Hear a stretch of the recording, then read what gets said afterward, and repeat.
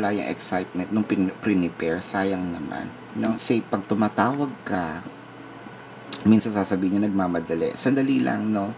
Pero alam mo yung time na yon. Ay, bakit? Bakit na-reschedule? Ay, bakit hindi natuloy? No?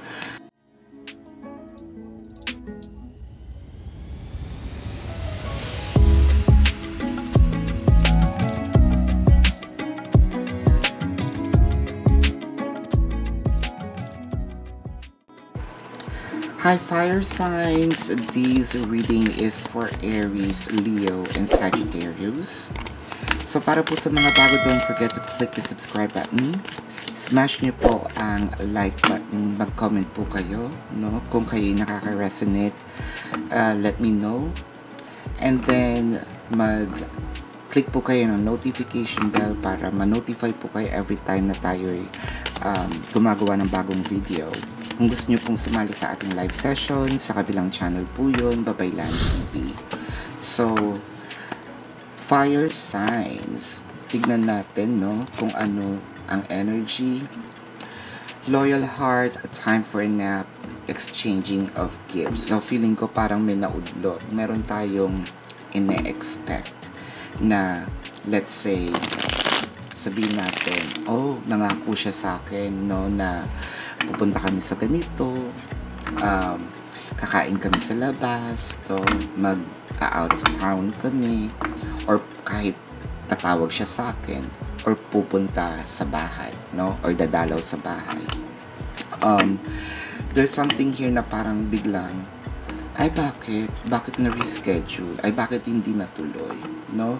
So, tignan natin kung bakit, baka naman kasi talagang may rason. O nga ba? O baka talagang i-stop nito. Kasi ang nakikita ko is gusto naman niyang ibigay.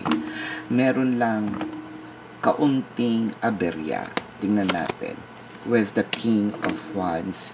I think nung nangako naman siya sa'yo, kasi with the King of Wands, ito yung taong parang kapag nagsalita, no, gagawin ko talaga. At saka, habang sinasabi ko yon, no, or kahit sinabi niyang hindi kita iiwan, no, habang sinasabi ko yon, totoo ko doon sa pangakong yun, sa nararamdaman ko. King of Wands kasi, no barge to no, wala din siyang pretensions. Basta, minsan nga, sa sobrang totoo ng mga sinasabi niya, minsan masakit. Pero, kesa naman naglilihim, diba? With a Page of Wands and the Queen of Swords. So, minsan, feeling mo, no? Kapag naririnig mo minsan yung mga sinasabi niya, minsan nakakainis, minsan nagagalit ka. And I think, meron ditong parang pagsisimulan ng sabihin natin, ano ito? So, is this all coming from selos? So, baka ito naman tayo na with the fire sign, baka bugso ito ng damdamin, no? Nabigla tayong magagalit without checking for the other person's explanation. No, with the Star, the King of Cups, the Knight of Wands. So, eto, let's say, pag tumatawag ka, minsan sasabihin niya nagmamadali. Sandali lang, no? Pero alam mo yung time na yon, wala ka namang ginagawa dyan na. Tapos, minsan, nag-iiba yung, let's say, messages, no? Tapos, kumukonti yung time. So, parang ikaw ngayon, nagkakaroon ng hinala. Yung iba sa inyo gusto nyong puntahan, sorpresahin, para malaman nyo, no? Kung ano ba yung mga nagiging pagbabago, bakit nagiging ganito siya sa akin, no?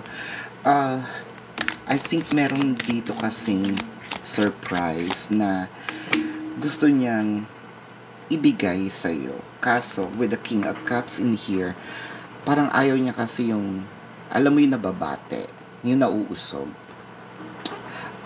Ginagawa ko yung bagay and then kapag tapos na, doon ko siya sasabihin. Hindi ako yung parang tao na nauna yung salita tapos nga, no? Wala naman sa gawa.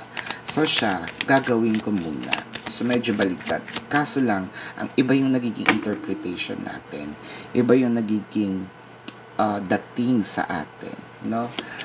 With the 10 of Cups, the Ace of Wands, and the Devil card. So, bakit nga up until siguro may mga pagbabago din, no? Sa mga doon sa mga couples na sa sex schedules, kasi feeling mo bakit palagi siyang pagod, bakit ngayon parang mas madalas siyang more on tulog, no? I think meron tong pinaghahandaan talaga. With the 10 of Cups, pwedeng ito ay overwhelmed because of ano to isang grand gesture, no? It can be proposal, it can be cohabitation. Ibig sabihin niya magli-live-in, no? Nagtitingin-tingin na ako ng bahay at hindi rin naman ganun kadali, no? Magtingin ng maayos na bahay because ang gusto ko i-surprise ka para at least yung tutuluyan natin, hindi ka na mag-aalala, no? Tapos, pwede rin itong marriage or, let's say, kahit papaano, no? Nag-iipon na ako kahit papaano, eto na, no? Kumakausap na ako ng mga tao, no? Up to that extent. Kaya minsan pagdating pagod talaga. The Empress, the Page of Pentacles, the Eight of Pentacles. So, bakit parang feeling mo na, na nabe-breadcrumbs ako? So, kasi dati, kung makatitig sa akin, dati kung makapagbigay ng abundance sa akin, ganun-ganun na lang. Ngayon parang kailangan ko pang hingin, kailangan ko pang mag-request, no? Kailangan pang meron kaming schedule for time. Dati naman hindi kami ganito, no? With the Page of Pentacles also, alam mong may pagbabago sa mga kilos. Yun nga, again, babalik tayo. Nagiging iba yung interpretation mo, no? With the Sun, the Queen of Cups, and the Three of Wands. So, ang nakikita ko dito, no? Because of yung bugso ng damdamin, baka mamaya, hindi ko sinasabing mapahamak, no? Baka mamaya yung sorpresa sa'yo, maudlot naman. Kasi, ang sinasuggest nitong energy ng card is mag-antay ka kasi, kumbaga, kung ano man itong nawala, time, energy, effort, no? Ibabalik to sa'yo, parang tenfolds, no? O parang karma. Pero, more of nung tao, ibabalik ito ng mas higit pa. Kumbaga, kailangan niya lang ng time sa ngayon. No, kasi with the Sun in here, especially this coming summer, baka nga ito, no, yung inaantay niyang time, kaya reschedule. Kasi, meron siyang surprise para sa'yo. And I believe, talagang sobrang magugustuhan mo. Pwedeng ito'y anniversary ninyo, no, monthsary, no, sa mga kabataan ngayon, may monthsary. So, ito yon. Wag nating masyadong pairalin, no? Itong bugso ng damdamin, the fire sign, nako, ang apoy-apoy agad, no? Kumbaga, meron kayo agad gustong patunayan. Hindi ko sinasabing mali, no? Minsan kasi tama ang kutob. Pero baka kasi pagpunta nyo doon, ay, para sa akin ba to? Instead na masusurprise ka, kaso mawawala yung excitement nung prepare, sayang naman, no? Tignan natin ang zodiac signs ng tao, no, na karelasyon mo. So, I am seeing here strong Leo, Aquarius, Capricorn, ayan, Taurus, and water signs. So, it could be Scorpio, Cancer, Scorpio, Pisces. Ayan. Again, ito po muna ang inyong reading. Para sa mga bago, don't forget to click the subscribe button. Smash niyo po yung like button.